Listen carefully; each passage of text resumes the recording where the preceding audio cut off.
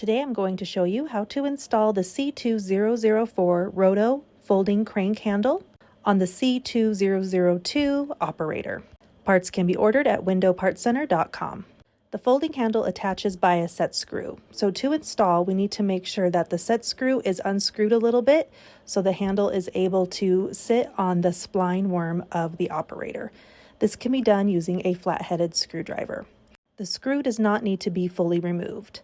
Place the handle on the operator spline and fully close your window and lock it in place. Remove the handle and reposition it the way you'd want the handle to sit once the window is closed and locked.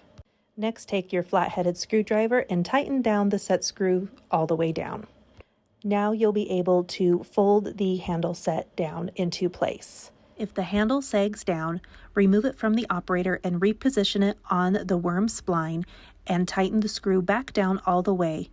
Make sure the screw is not protruding out. Now that it has been repositioned and folded, it will not sag. The first time you go to fold down your handle, the spring can be a little bit stiff, so you might need a little bit more leverage to fold it. Also make sure that the set screw is completely screwed down and does not impede operation.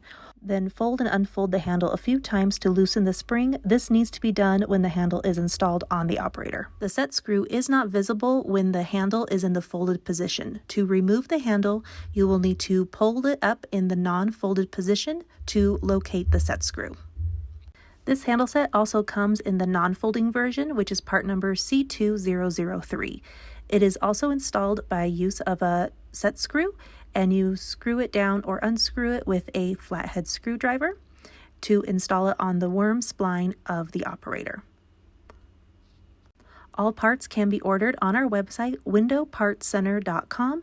The link is also in our bio.